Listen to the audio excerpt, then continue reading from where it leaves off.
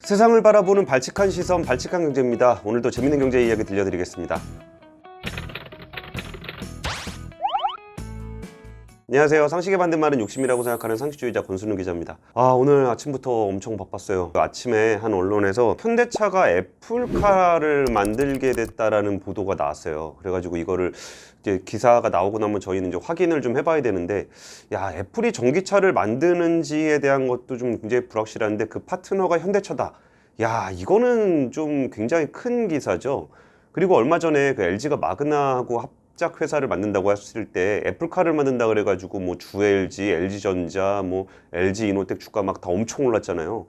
그래가지고 그 소식이 나온 게 그 9시 장 시작 전이어서 장전에 이게 확인을 좀 해봐야 되겠다라는 생각이 좀 들었는데, 일단 현대차 쪽에 연락을 해보니까 지금 연락을 거의 뭐 안 받더라고요. 이게 안 받는 게 뭔가 그 내부 회의가 좀 있었다고 하는데, 물론 이거 관련한 회의는 아니었고 내부 회의를 하다가 이게 하도 전화가 많이 오니까 좀 나중에 대응을 했다고 합니다.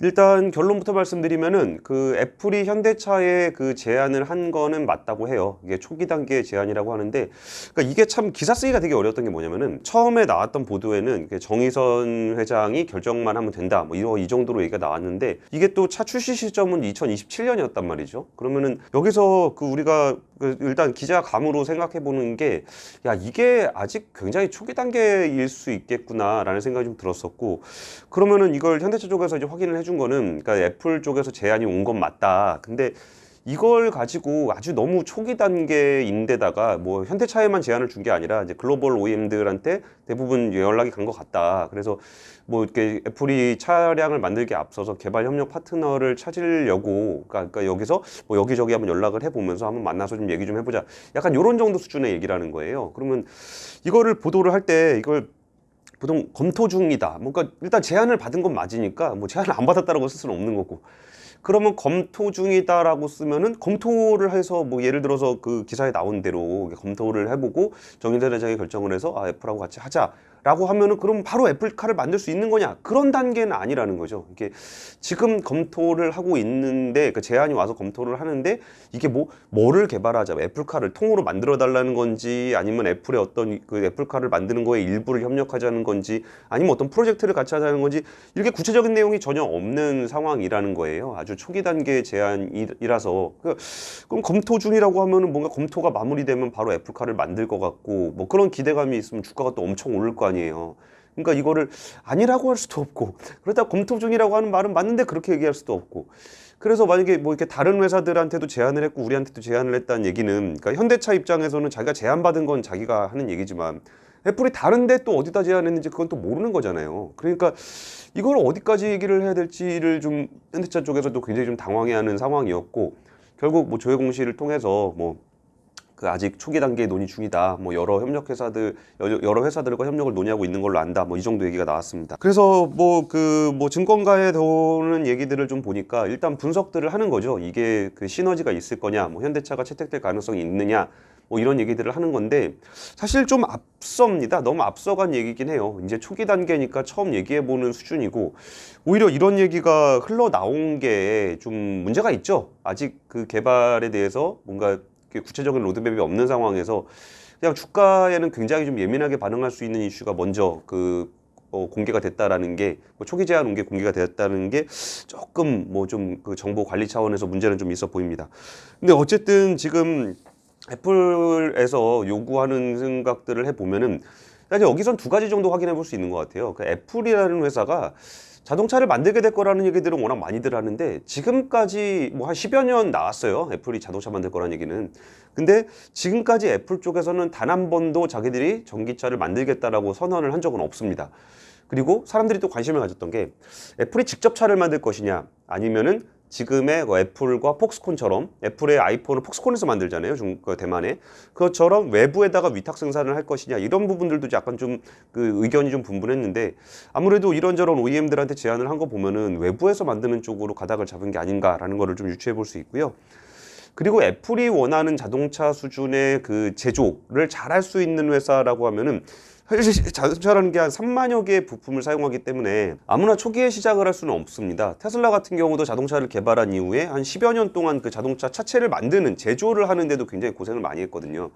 그러면 기존에 있는 회사들의 어떤 그 제조 능력이 검증된 회사를 선택할 수밖에 없고, 그러면 대량 생산이 가능한 회사들은 사실 손으로 꼽거든요. 뭐 폭스바겐이라든지 현대차라든지 이 정도 얘기가 나오는데, 사실 도요타 같은 경우는 아직까지 전기차 플랫폼을 만들었다는 얘기는 아직 안 나오니까, 그러면은 사실 이게 선택할 수 있는 여지는 현대차가 뭐 꽤 괜찮은 선택지다라는 얘기가 좀 있고, 또 여기서 애플하고 현대차하고 이제 그걸 합해해서 만든다 그러면은 아무래도 뭐 IT 솔루션, OS라든지 아니면은 뭐 자율주행 솔루션이라든지 뭐 소프트웨어 고도화라든지 이런 소프트웨어적인 부분, IT적인 부분은 애플에서 하게 될 거고, 나머지 그 차체를 만드는 조립 생산 부분은 현대차가 하게 될 텐데, 그런 식의 파트너를 맺을 때 현대차 같은 경우는 지금에 이제 구상하고 있는 게 뭐 비행기, UAM이라든지 로보틱스, 그리고 자동차, 전기차, 뭐 자율주행차, 수소차 이런 포트폴리오를 갖추고 있기 때문에 애플 입장에서도 굉장히 좀 괜찮은 파트너가 될 수 있을 거라는 얘기가 좀 나옵니다.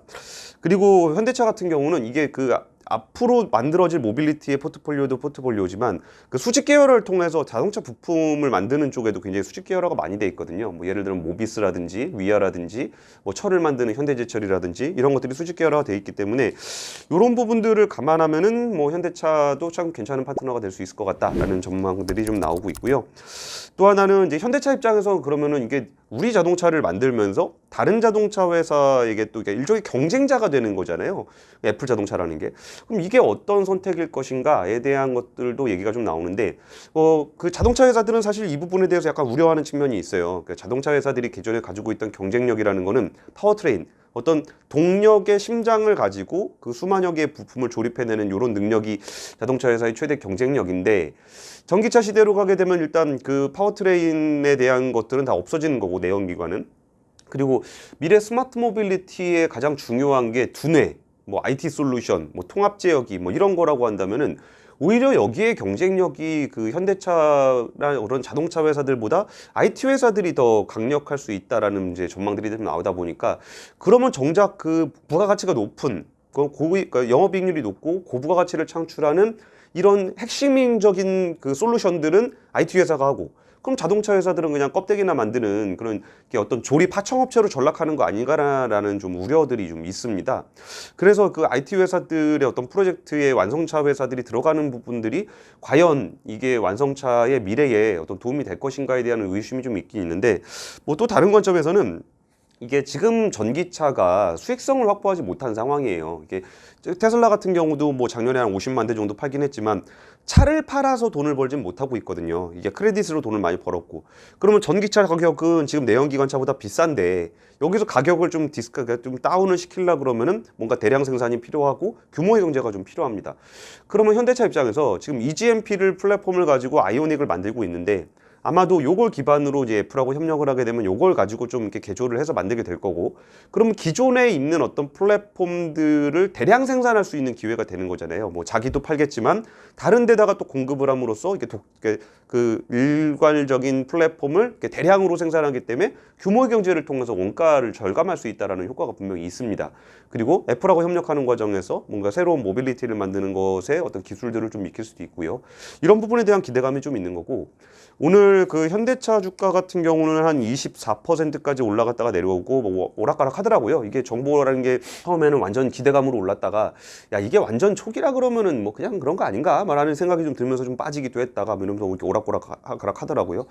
그리고 제가 이거 약간 장난 삼아서 그 주식 HTS의 모의 투자 있잖아요. 모의 투자. 뭐 했고 모의 투자를 가지고 한번 해봤는데 와 막 위로 갔다 아래로 갔다 출렁출렁 하니까 야 진짜 이런 식으로 진짜 투자하시는 분들은 많이 힘들겠다라는 생각도 좀 들었습니다. 물론 저는 제가 취재하고 하는 종목에 대해서는 그런 주식에 대해서는 전혀 매매를 하지 않습니다. 그리고 뭐 현대모비스 같은 경우는 상한가를 찍고 내려왔고 위아라든지 만도라든지 이런 데들도 한 28%까지 상승했다 내려왔었습니다. 그러니까 이런 부분들이 만약에 현대차가 애플에다가 공급을 하게 되면은 뭔가 대량 생산이 가능해지고, 대량 생산이 가능해지면 거기 들어가는 부품들도 수혜를 입지 않겠냐라는 기대감들이 좀 있는 겁니다.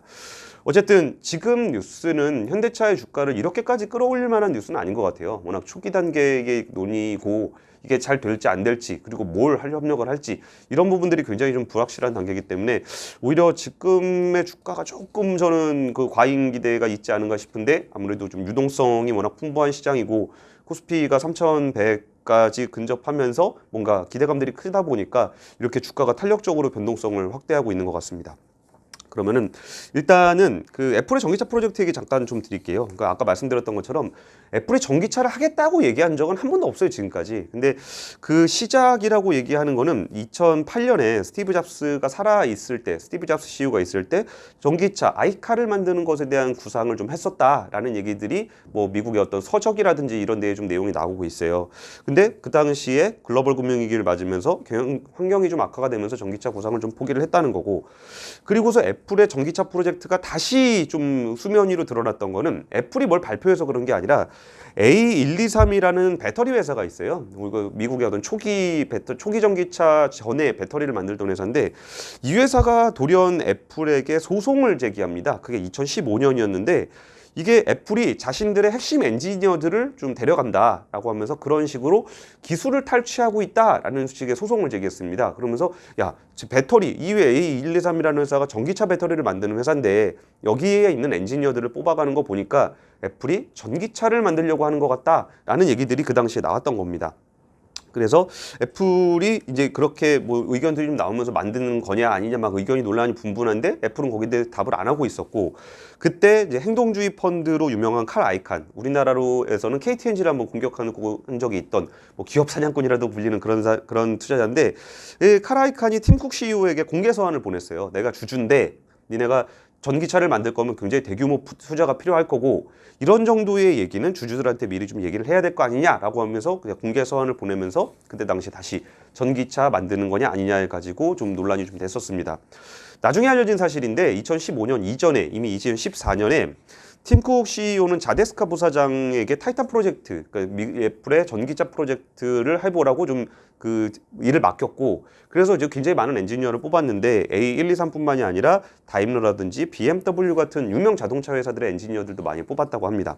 당시에도 특히 그 테슬라의 인력들을 많이 뽑았다고 하는데요. 그러니까 일론 머스크도 굉장히 좀 성격이 괄괄한 CEO잖아요. 그때 공개적으로 불만을 얘기했는데 뭐라고 표현을 했냐면 애플은 테슬라의 패기장이다.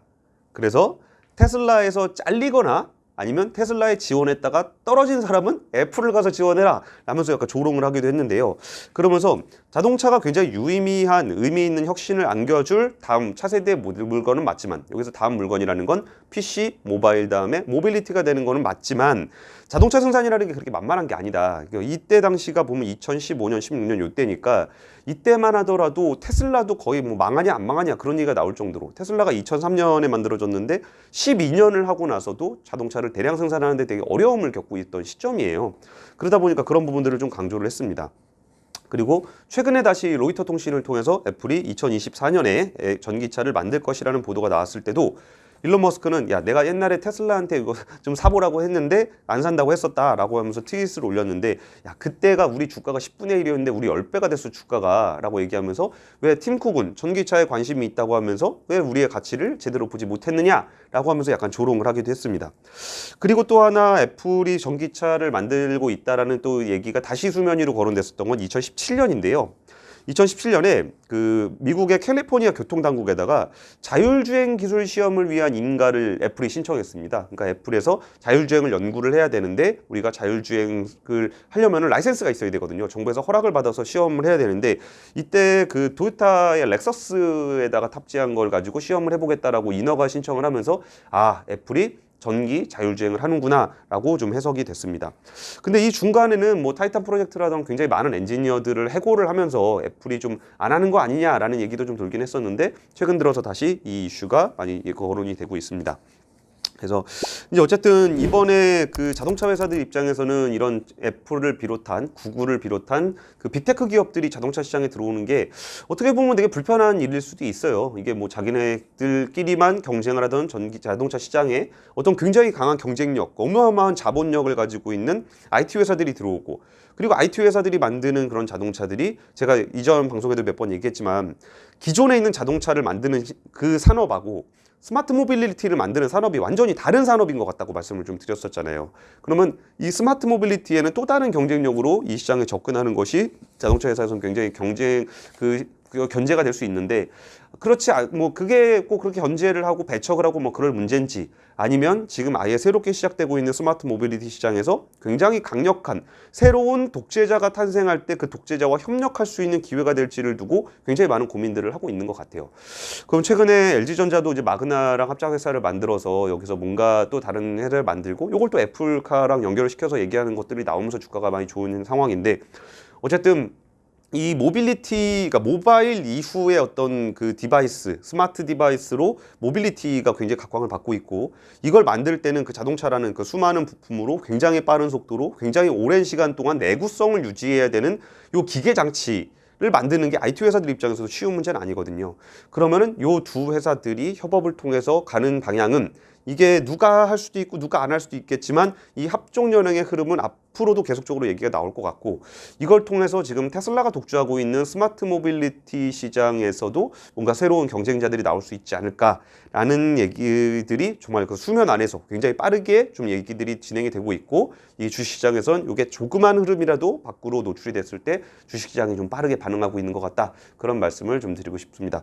뭐 현대차랑 애플 뭐 결과가 어떻게 될지는 모르겠지만 저는 잘 됐으면 좋겠고요. 둘이 합쳐서 잘 되는 수도 있고, 아니면 뭐 현대차가 독자적으로 한번 해보겠다라는 것도 잘 될 수도 있는 거고, 그러니까 뭐 어쨌든 뭐 잘 되는 게 좋은 거 아니겠습니까? 그래서 이번에 그 애플과 현대차의 합작 소식 때문에 굉장히 오늘 하루 바쁘게 보냈지만 뭐 좋은 결과가 좀 있고, 여기에서 좀 시장이 탄력적으로 움직였으면 좋겠다라는 생각이 좀 들기도 합니다.